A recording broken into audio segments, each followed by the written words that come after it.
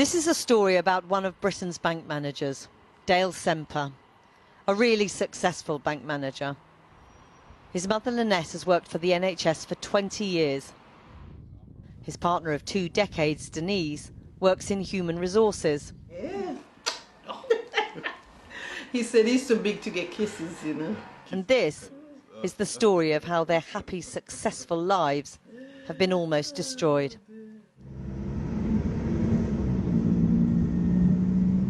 I'm accustomed to being pulled over and stopped when I'm driving cars and so on. I'm accustomed to it. I get it. Never liked it, but I understood, right? But this particular day when they've come out, it was so many police officers. And they said, we're here to arrest you for firearms. I'm like, firearms? I'm like, really? I said, no, you got the wrong person. I don't get this. I'm on my way to work. I'm a bank manager. I do not get this. And I'm arguing. I'm like trying to explain myself. I'm like, no, this can't be me. It was the most traumatic experience ever. Being pulled over, and before you could blink, the handcuffs were on Dale, and he was pulled outside the car, and I was trying to understand what is going on. What did we do? Trying to get a sense from the cops and not understanding what's going on, and basically just being shouted at to stay in the car, be quiet, we're talking to him. Having this played out before somebody actually gave me some information, we're arresting him on firearm. I'm just like, okay, I can breathe now because I know what it is, and I know we don't have any firearms, so, you know, let's let this play out. Police told Dale he was being arrested for possession of a firearm, and they had a warrant to search his home. So at that time, I'm thinking, you have about 15, 20 people here. What is it what could I have actually done to have made something like this happen? Why are they here? Around the same time, police were breaking into his mother's flat while she worked at the local hospital. I worked for the NHS 20 years coming July.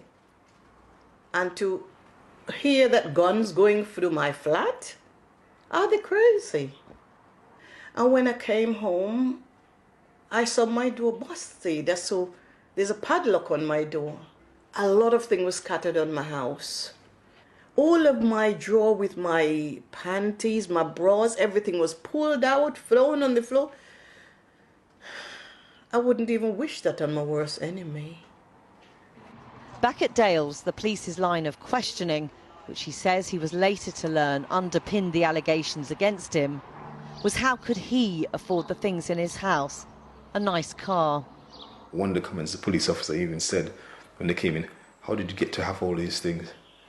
I'm like, have all of what? I don't understand. And he's like, it's clear that on one of the statements they've written, they say we're living above our means. I'm like, how can you know we're living above our means? You don't know what I do.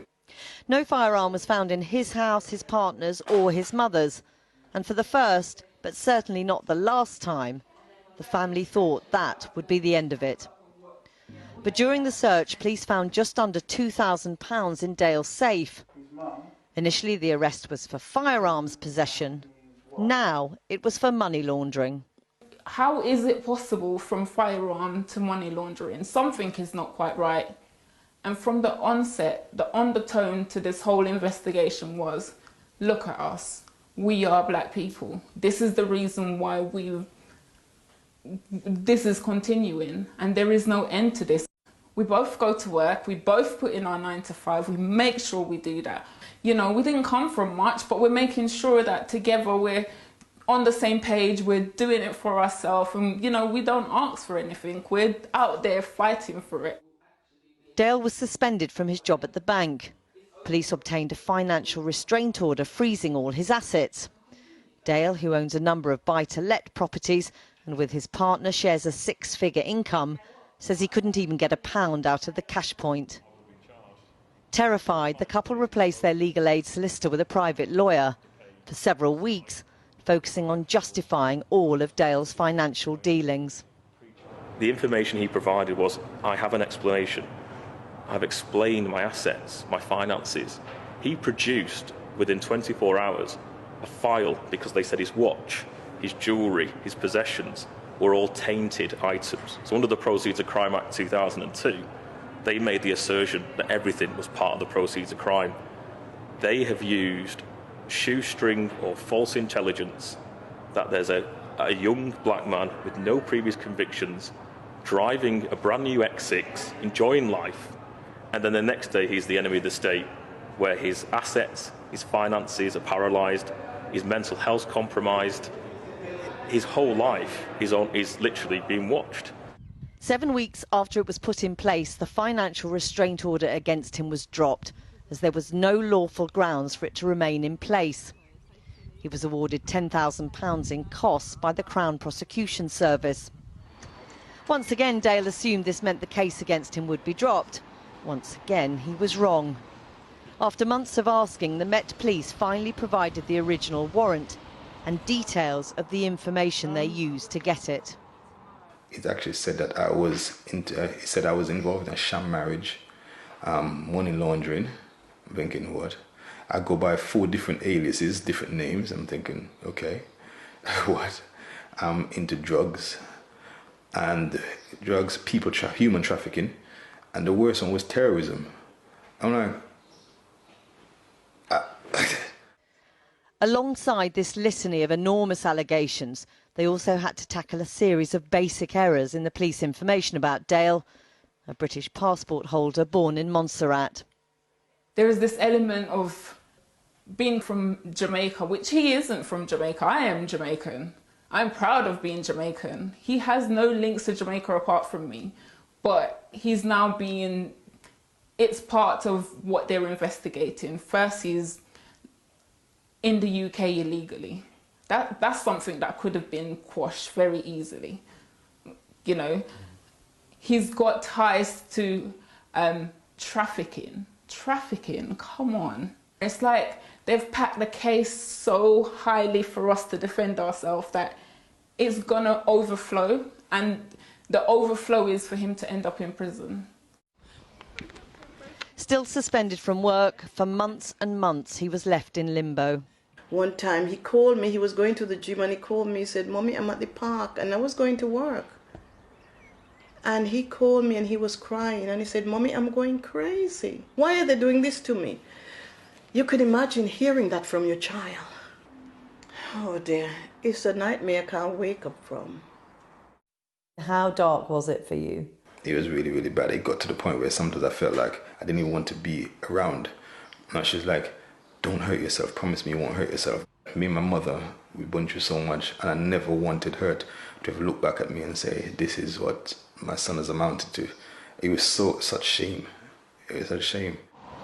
18 months after he was first arrested, he's arrested again at 20 to 7 in the evening on suspicion of possession of firearms.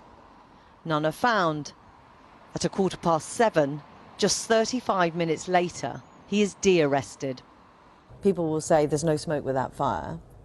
It's entirely possible that the Met Police would say, we had credible intelligence that justified this investigation. This started off with false intelligence. A man of no previous convictions, no bad character, not touching a firearm in his life. An explanation of every penny he's ever earned in his life, from pay slips to tax returns to cash. The question I'd be asking myself as I was looking at this case would be, to go this far, surely, with all the costs, God knows how much the financial investigation and the CPS spent on this very 26-month case, in the public purse, as well as my client defending himself privately, you'd think that there was something. There's nothing. There's absolutely nothing. Dale's lawyer says from the beginning police obtained warrants based on a wholly inaccurate portrayal of Dale's character, and that if he'd been a white bank manager, this would never have happened. On the 11th of October, the Met Police tell Dale's lawyer no further action will be taken in the case. There was no apology. I've had to become the best bank manager for years, for quite a few years. It's something of memories of my past and what I've achieved. But the person I was before now, I feel like that person is now gone. Like I said, I feel like something has been taken away from me, and I feel like I can never get that back. If when someone rings my doorbell or even knocks on my door, automatically I think someone is there to get me. If I'm driving and I see a police siren coming up, even if it's an ambulance, I'm thinking someone is trying to get me.